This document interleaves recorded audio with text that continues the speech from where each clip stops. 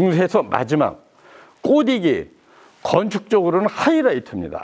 아주 굉장한 하이라이트인데 평면을 보면 자 여기가 인면이죠. 여기가 정면으로 들어가서 여기 세문이지. 들어가서 자 이게 네이브 여기 열주회랑 여기는 앱스라고 그래요. 이게 원형. 근데 이런 평면을 골치 아프게 져가지고 저걸 70m 뭐씩 올리려면 어떤 구조로 했을까? 재료를 못 썼을까? 돌을 써도 저거는 어마어마한 건데 이거를 뒤져보니까 포사드야. 이거는 전면을 아주 앞에야. 여기가 들어오는 니들이 오는 앞에야. 그러니까 그게 강조됐죠. 산문이죠. 그러니까 이 장식되고 데코레이션 된 거는 좋아. 어디든지 다 그러니까. 그런데 자 정문 이 기둥 받치는 게 이게 위에가 무거우니까 가운데다 또 기둥 넣은 거예요. 이건 구조적으로 불안해서 넣은 거야. 저걸 위에를 이걸 빔을 굵게 하려고 그러면 이게 너무 비례도 안 맞고 그러니까 저렇게 한 겁니다. 자 여기를 보십시오. 자 아까 로마 콜로세움은 어떻다 그랬어요? 밖이 깨끗하고 안이 어떻다 그랬어요?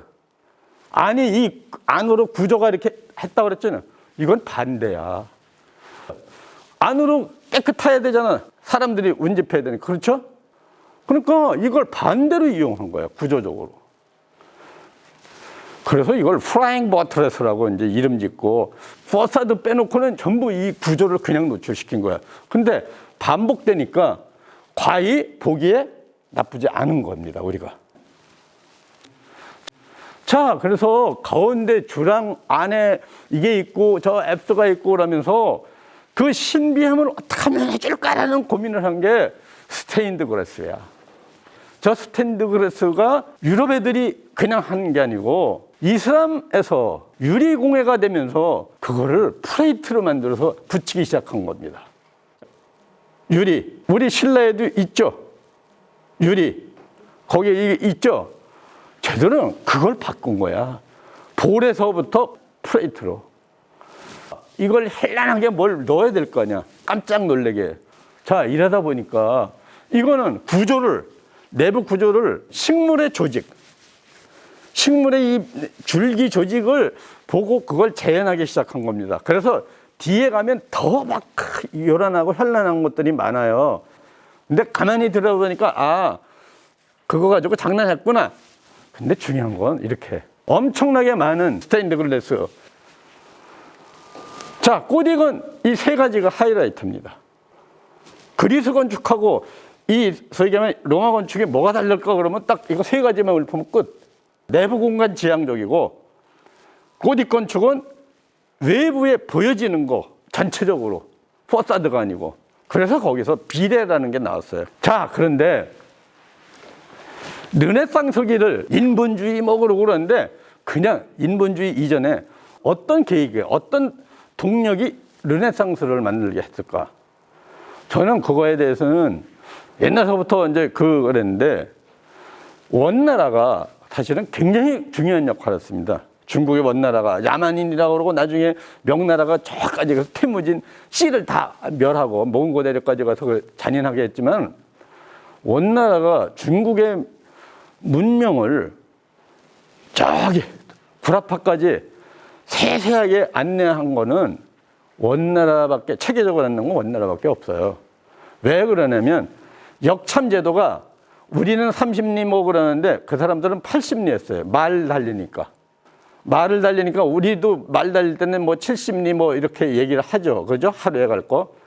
근데 80리마다 역참을 하면서 정복을 하면서 이슬람을 통하고 뭐 이렇게 가면서 저희가 부다페스트 있는 데까지 갔습니다. 터키 지나서. 이 역참제도를 80리단에 하면서 군사 뭐 화약으로 하고 그랬지만 이 사람들이 송나라의 미술 문화 뭐 이런 것들을 가서 심었습니다. 그래서 이슬람이나 유럽의 회화 자료에 배경이 있고 뭐 이렇게 시작하는 게 모나리자가 아니고 이슬람서부터 가가지고 영냐면 그거 판화로는 듀러가 있어요. 독일 판화가. 이 사람이 처음에 목판화 했었어요. 그러다가 칼질하는 게 여기도 아프고 뭐 그러니까 나중에 꾀를 내서 철판에다가 그 당시 이 치과 의사들이 꼬챙이 이런 걸로 이 충치 이런 거 썩던 거 가지고 긁기 시작해서 드라이 포인트야. 그러면서 뭐 석판이다 뭐다 바뀌기 시작하는데 바로 이 미술이 중국 회화가 들어가는데 지금 이스탄불에 송나라 회화, 산수화라든지 뭐 이런 것들이 모인 박물관이 있다는 것까지만 확인했어요. 그때 송나라 이적의 산수화라든지 뭐 이런 것들이 간 것 같아.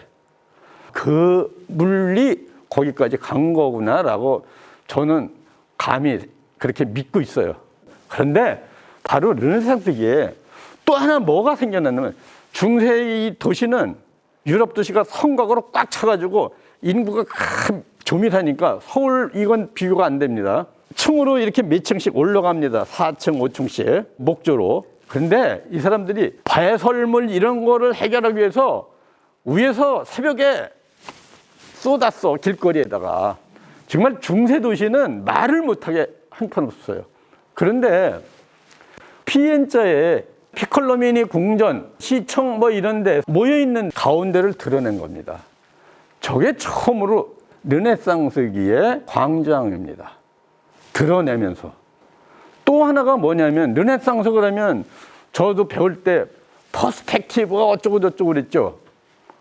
제가 사실은 동양석굴 공부하면서 아니 이거 벌써 시대가 1000년 이상 전에 이거 퍼스펙티브가 있는데 이 미친 거 아니야? 그리고 곰곰이 생각해 보니까 이것도 바로 불교 영향이었구나. 벽화 이런 것들이 가면서 인도에 불교 석굴, 불교 쪽에 이 힌두교 석굴이 1500기가 있습니다. 동서남북으로. 우리는 그냥 아잔타, 뭐 이런 거, 뭐 엘로라 정도? 1500기예요. 전체가. 근데 우리는 한쪽 코드만 열심히 보고 앉았는 거예요. 지금까지. 이런 답답한 나라야. 내가 그래서 이거 이후에 중세 도시에 속가내는 겁니다. 도시를. 이거 굉장히 중요해. 서울도 속고내는 방법을 좀 했으면 그러는데 안 하고 자꾸만 뭐 볼륨만 올린다 뭐 어쩌고 그러는데 빼내기 시작하면 도시가 좀 달라지는데 왜 이럴까? 속고내기 시작하면서 이게 유행이 됩니다. 그때부터. 자, 페라라. 거기도 중요한 건물이 있는데 광장 조성이 된 거야. 속고내기야. 아주 쉽게 얘기하면 우리나라 말로 얘기하면 이게 르네상스기에 유행하는 겁니다. 식스토스 6세는 로마 도시 개조안을 합니다. 그러면서 결절점 문이 있고 그러면서 거기를 피아자라는 이름으로 붙입니다. 포럼이 아니고 피아자라는 이름을 붙입니다. 피아자, 델포폴로, 피아자 뭐 이렇게 나오기 시작해요. 저게 도시 구조를 완전히 터서 만드는 이제 이 오픈 스페이스하고 오가니제이션이라고 그래. 하여간 이 연결해서 조직화 만드는 아닙니다. 우리는 어땠을까? 중국이나 여기는 건물이 있으면 뭐가 있어요? 뜰이 있습니다. 전정, 후정 그러죠. 그렇죠? 이게 연속이에요. 건물이 있으면. 그 다음서부터 이걸 배경으로 해서 뭐 타운 앤 빌딩, 타운 앤 스퀘어 뭐 어쩌고 저쩌고 하는 이 저서들이 나옵니다. 그 뒤서부터. 자, 그러다 보니까 파리 같은 데도 블루바가 생기기 직전에 중세의 흔적이 그냥 남아있는 겁니다. 여기 지대섬. 얼마 전에 성당 불탔죠? 이게 대학가. 이게 도심. 바로 이때서부터 광장 조성하는 운동이 생기기 시작합니다. 르네상스하고 바로크 로코코 시기에 계속 연속적으로 됩니다. 그게 어떻게 변하나.